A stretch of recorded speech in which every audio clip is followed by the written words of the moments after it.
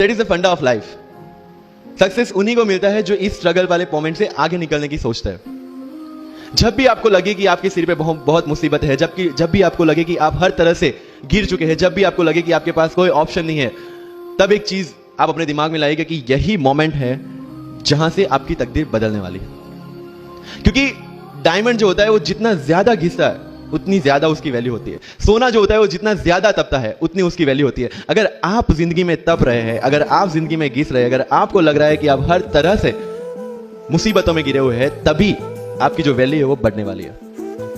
और यही मेरा एटीट्यूड रहा है। लोग बोलते हैं कि तुम्हारी फाइनेंशियल कंडीशन ठीक नहीं थी, पापा इलेक्ट्रिशियन थे, मम्मी हाउसवाइफ थी, डायमंड के कारखाने में काम करती थी, उसके बाद उन्होंने मैरिज में रोटियां बनाने का काम किया और उस तरह से मैं पढ़ा।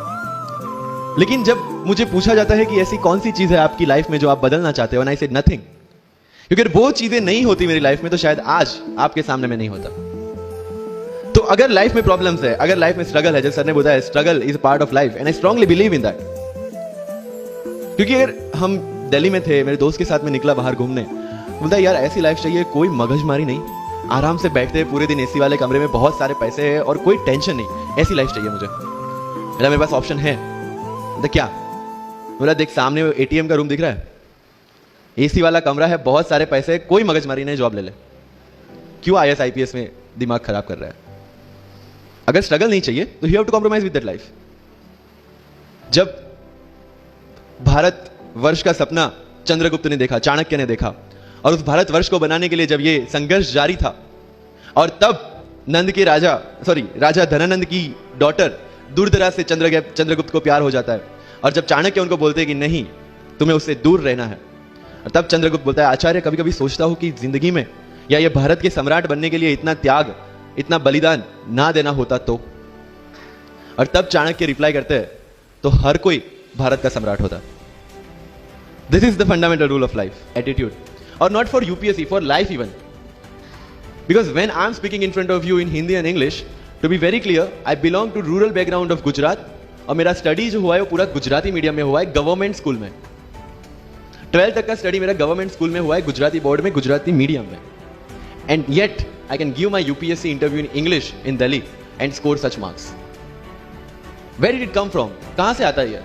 मुझे अभी भी याद है, मेरा college national institute of technology Surat था, जहां पे मेरे साथ जो पढ़ने वाले बच्चे थे वो सारे सीबीएसई आईसीएसई वाले थे, और मैं एज ए एलियन वहां पे पहुंचा था, क्योंकि तब मुझे पता चला कि मैकडी जैसा भी कुछ है और उसमें बर्गर जैसा भी कुछ मिलता है।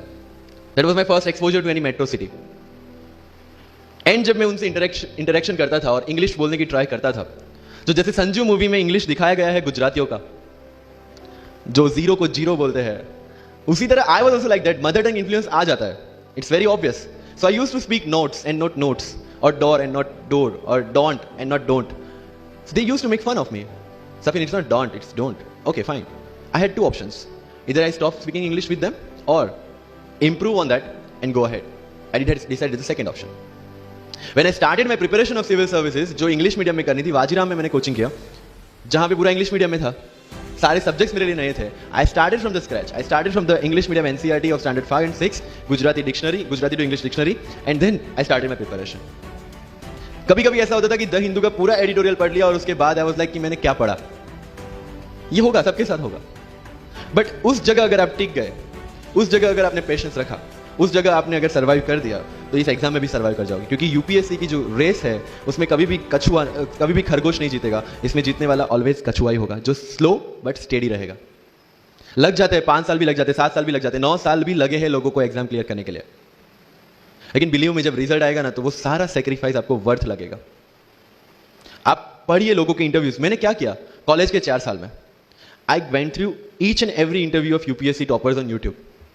ईरा सिंगल से लेकर टीना डाबी मैम तक सबके इंटरव्यूज मैंने देखे। For what? Just to know कि उन्होंने ऐसी कौन सी गलतियां की थी जिससे इनको इतना टाइम लग गया, और मुझे कौन सी गलतियां रिपीट नहीं करनी है।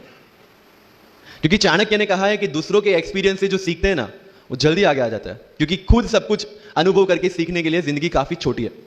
I did the same. 4 साल में हर एक टॉपर का इंटरव्यू देख लिया, चीजें समझ ली कि ऐसी कौन सी चीजें जो इन सब ने की है, और ऐसी कौन सी चीजें हैं जो गलतियां हैं जो इन्होंने की और जो मुझे रिपीट नहीं करनी है। सो जब युद्ध के मैदान में हम उतरते हैं, इस चक्रव्यूह में उतरते हैं, तो अभिमन्यु की तरह नहीं, अर्जुन की प्रिपरेशन के साथ उतरना है कि हमें पता होना चाहिए कि इससे बाहर कैसे निकले। सुनो सबकी, करो मन की।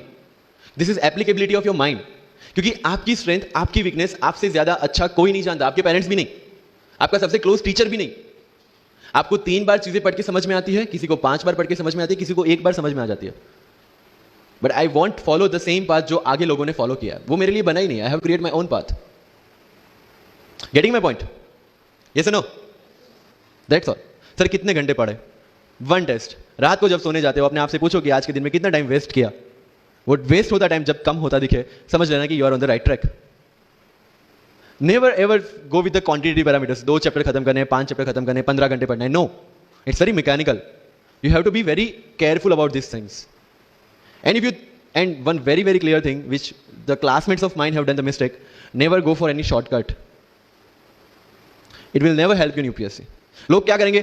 मंथली मैगजीन पढ़ेंगे थ्रू आउट द प्रिपरेशन, और फिर लास्ट 2 महीने में दे विल टेक 365। जब पढ़ा है और उसी में से वो मटेरियल बना है, तो जो चीजें पढ़ी है उसी को बार बार रिवाइज करने का क्यों हम नहीं सोचते? When you will read one thing for 5 times 6 times, believe me, you will get the thorough understanding of that particular topic. But अगर सेम टॉपिक को आप किसी और बुक में से पढ़ेंगे ना, you will have to start from the scratch, क्योंकि माइंड की मेमोरी जो जिस हिसाब से काम करती है, आपको उस हिसाब से काम लेना है उसके पास से। Confidence. Don't take certificate from others. आज तक लाइफ में हमने यही किया है। अगर किसी मैरिज में भी एकदम बन ठन के गए हैं, लेकिन जब तक सामने वाला मुझे नहीं बोलता dude you look good today, हमें सेटिस्फेक्शन नहीं होता। Isn't it? We want certificate from others. No, कोई जब तक मुझे आके नहीं बोलता कि तेरे से यूपीएससी हो पाएगा, तब तक मुझे खुद कॉन्फिडेंस नहीं होता कि मुझे यूपीएससी करना चाहिए नहीं करना चाहिए। या अगर कोई मुझे आके बोल देता है कि भाई 3 4 साल 5 साल तो लग ही जाएंगे, तेरे बस की चीज नहीं है, अगेन मैं सोचने बैठ जाता हूं। कुछ लोग तो, मेरे गुजरात में तो ये कल्चर है, यहां पे ये कल्चर है नहीं पता, लेकिन सम पीपल थिंक पहले एमपीएससी कर लो, पहले क्लास 3 क्लास 2 कर लो, फिर यूपीएससी के बारे में सोचो। ऐसा है यहां पे? यस और no? But you have to understand कि एमपीएससी जो है, जो क्लास 3 क्लास 2 एग्जाम्स है, उसकी रिक्वायरमेंट यूपीएससी की रिक्वायरमेंट से कंप्लीटली अलग है।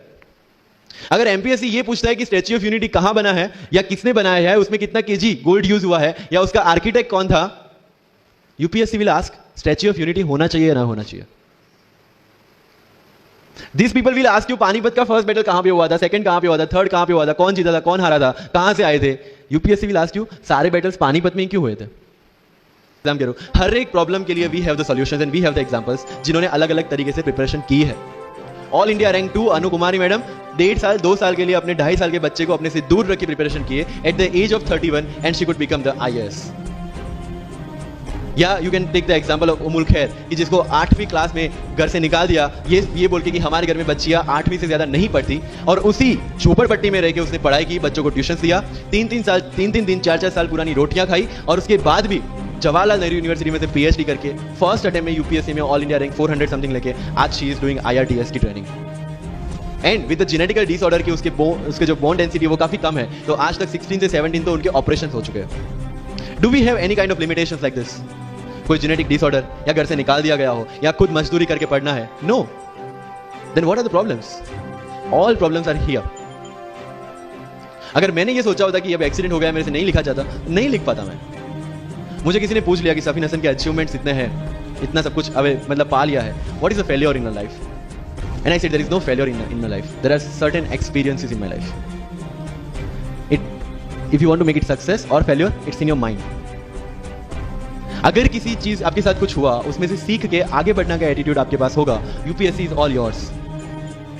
सो वही चीज जो कहावत है, deserve before you desire. If you want to be in civil service, you have to deserve for that. If you want कि आपके घर में फॉर्च्यूनर हो, तो पहले फॉर्च्यूनर रखने की जगह होनी चाहिए। In simple. तो लाइफ में जो मैं कंप्लेनिंग एटीट्यूड की बात कर रहा था, वो कंप्लेनिंग एटीट्यूड आपको कहीं पे भी नहीं ले जाएगा। You have to put all your complaints aside, start preparation.